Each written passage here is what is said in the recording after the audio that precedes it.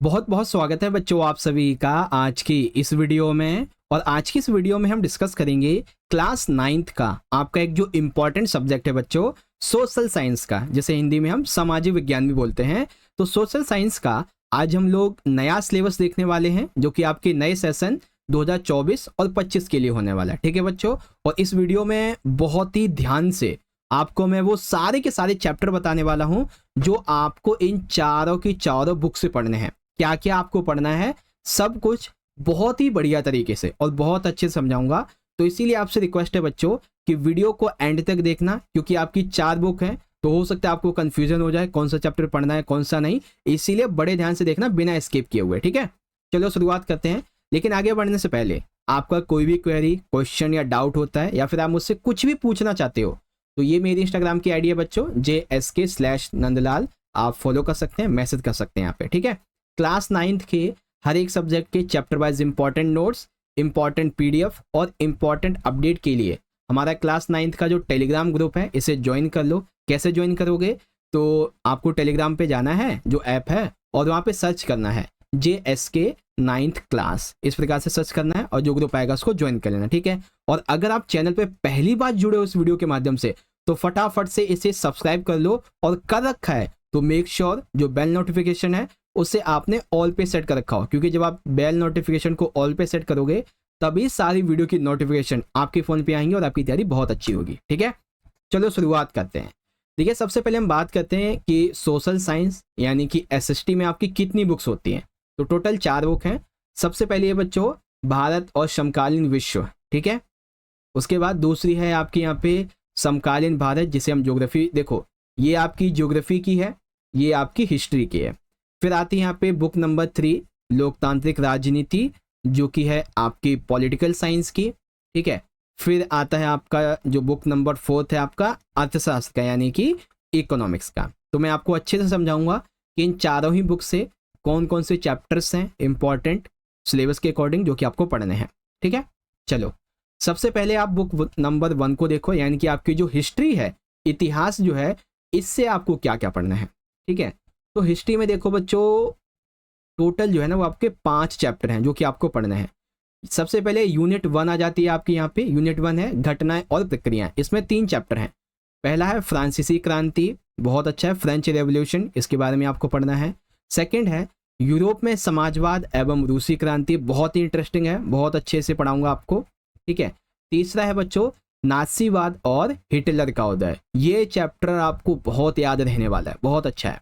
फिर दूसरी यूनिट है बच्चों आपकी जीविका, अर्थव्यवस्था एवं समाज। इसमें 2 चैप्टर हैं, एक तो वन्य समाज और उपनिवेशवाद वाला है, और अगला है आपको आधुनिक विश्व में चरवाहे। ठीक है, तो हिस्ट्री से टोटल आपको ये 5 चैप्टर पढ़ने हैं जो कि मैंने आपको बता दिए, चैप्टर 1, 2, 3, 4 एंड 5। ठीक है, चलो अब दूसरी बुक की बात करते हैं। तो दूसरी बुक है बच्चों हमारे यहाँ पे समकालीन भारत यानी कि ज्योग्राफी, भूगोल। ठीक है, अब इसमें सबसे पहला आपका जो चैप्टर है वो है भारत, आकार और स्थिति, यानी कि भारत का आकार कैसा है, स्थिति कैसी है, इसके आसपास में समुद्र, पर्वतीय इलाके क्या है क्या नहीं, इसके बारे में। ठीक है, चैप्टर 2 है भारत का भौतिक स्वरूप, भारत का जो भौतिक स्ट्रक्चर है वो किस प्रकार का है। ठीक है, फिर चैप्टर 3 है अपवाह, यानी कि नदियाँ, पर्वतमालाएं वगैरह हो गई, ये कैसे फैली हुई हैं। चैप्टर 4 है जलवायु, कहाँ कहाँ पे कैसी कैसी जलवायु है भारत के एरिया में। ठीक है, और चैप्टर 5 है आपका प्राकृतिक वनस्पति तथा वन्य प्राणी, और चैप्टर 6 है आपका जनसंख्या का वितरण किस प्रकार से किस राज्य में कैसे कैसे हुआ है।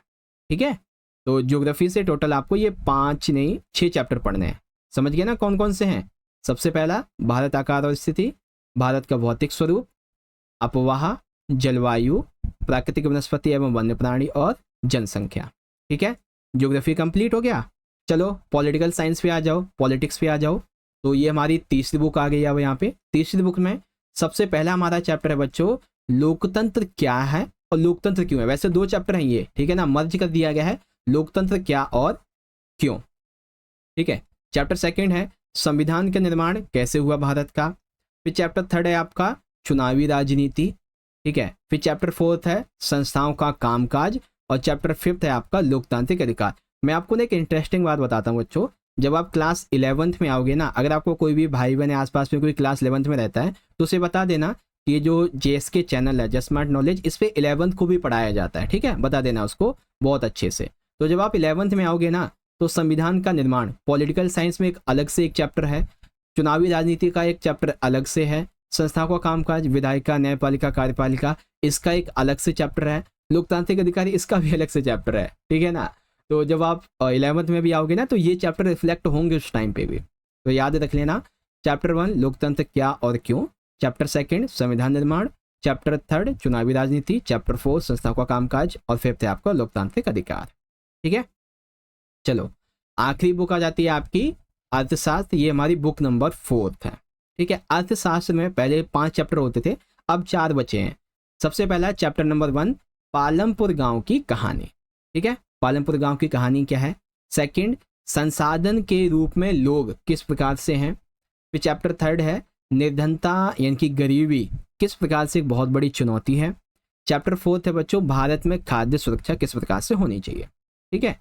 तो देख लो एक बार दोबारा से, पालमपुर गांव की कहानी, संसाधन के भौतिक रूप में लोग, संसाधन के रूप में लोग, ठीक है, निर्धनता एक चुनौती, भारत में खाद्य सुरक्षा, ठीक है। ओके, तो मेरे हिसाब से सोशल साइंस का, समाज विज्ञान का आपका सिलेबस कंप्लीट हो गया, लेकिन मैं चाहता हूं कि एक बार ना आप दोबारा से रिवाइज कर लो। ओके, सबसे पहले आप देख लो हिस्ट्री से क्या पढ़ना है। टोटल आपको ये 5 चैप्टर पढ़ने हैं, किताब निकालो और निशान लगा लो, ठीक है। फिर आपको ज्योग्राफी से क्या पढ़ना है, ज्योग्राफी से तो टोटल आपके ये 6 चैप्टर हैं जो कि आपको पढ़ने हैं। किताब नंबर 3 जो कि आपकी पॉलिटिकल साइंस है, तो इससे आपको क्या क्या पढ़ना है, टोटल ये 5 चैप्टर। फिर आपका यहाँ पे इकोनॉमिक्स आ जाता है, अर्थशास्त्र, उससे आपको ये 4 चैप्टर पढ़ने हैं। अब हम बात करते हैं बच्चों मैप के बारे में, ठीक है, कौन कौन सा मैप है। सबसे पहले बच्चों आपका हिस्ट्री से मैप आएगा। हिस्ट्री से मैप याद रख लेना कौन सा होगा, सबसे इंपॉर्टेंट है फ्रेंच रेवोल्यूशन, यानी कि जो फ्रांसीसी क्रांति हुई, इसका मैप बहुत इंपॉर्टेंट है, ठीक है। ये 4 से 5 जगह हैं जो आपको याद करनी है। ओके, फिर socialism in Europe and the Russian evolution, आपका ये जो चैप्टर है ना तीसरा वाला, दूसरा जो था रशियन क्रांति और यूरोप वगैरह का, तो ये आपको बहुत इंपॉर्टेंट याद रखना है। और जो हिटलर वाला चैप्टर है उससे भी आपके ये मैप बनते हैं, ठीक है ना, ये आपको याद करना है। ज्योग्राफी से क्या क्या ये इंपॉर्टेंट मैप है आपका, इंडिया का साइज एंड लोकेशन कहाँ कहाँ पे कैसे कैसे है, ठीक है।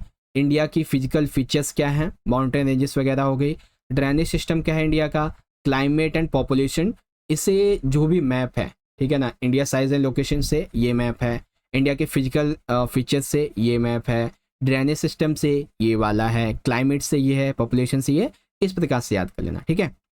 बाकी और मैप है, ओ हाँ, ये रह गया अभी आपका हिस्ट्री से। हिस्ट्री से आपका मैप है, एक सेकेंड, हाँ अच्छा, ये तो वो हो गया इंग्लिश में, ठीक है। जो बच्चे इंग्लिश मीडियम में है ना, इंग्लिश मीडियम में जो भी बच्चे, उनका अब ये जो सिलेबस है वो मैं आपको बता देता हूँ। इंग्लिश में हिस्ट्री से देख लो, आपको ये टोटल जो है ना 5 चैप्टर पढ़ने हैं हिस्ट्री से, यहाँ पे देख लो, ठीक है। फिर ज्योग्राफी से टोटल आपको 6 चैप्टर पढ़ने हैं, जिसमें 3 चैप्टर तो आपके ये वाले हैं, ठीक है, और 3 चैप्टर आपके ये वाले हैं। ओके, एंड उसके बाद में पॉलिटिकल साइंस की अगर हम बात कर लेते हैं, तो पॉलिटिकल साइंस में देखिए आपके टोटल 5 चैप्टर होंगे, what is democracy and why, और ये 4 चैप्टर हो गए।